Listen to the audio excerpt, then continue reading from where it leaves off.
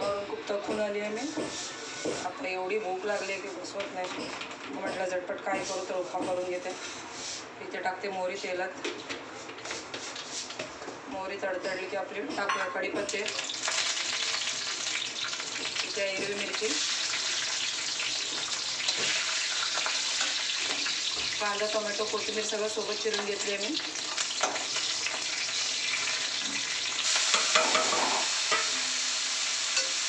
ठेवली आहे मी. त्याच्यातच टाकते थोडंसं मीठ, म्हणजे कांदा टोमॅटो लवकर परतून होतील आपलं. चवीपुरतं आपल्याला जेवढं मीठ लागेल तेवढं टाकायचं.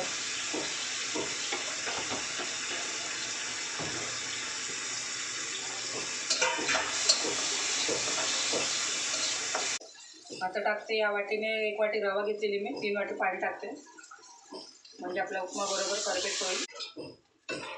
चला तर पाण्याला एक उकळी आणते. नंतर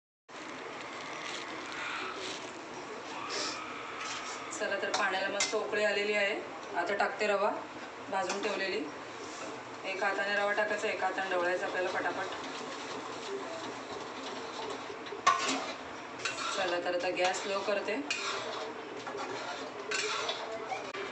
झाकण लावायचं आपल्याला, म्हणजे वाफेवरती रवा मस्त शिजून येईल स्लो गॅसवरती. चला तर मित्रांनो, आपलं झटपट 5 मिनिटात उपमा रेडी आहे. आता प्लेटमध्ये काढून घेतो, मला खूप भूक लागली आहे.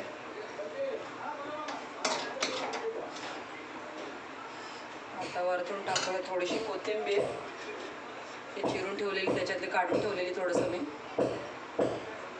घरात काढलेली बारीक शेवपुरीसाठी आणलेली मी, थोडंसं टाकून घेते वरती.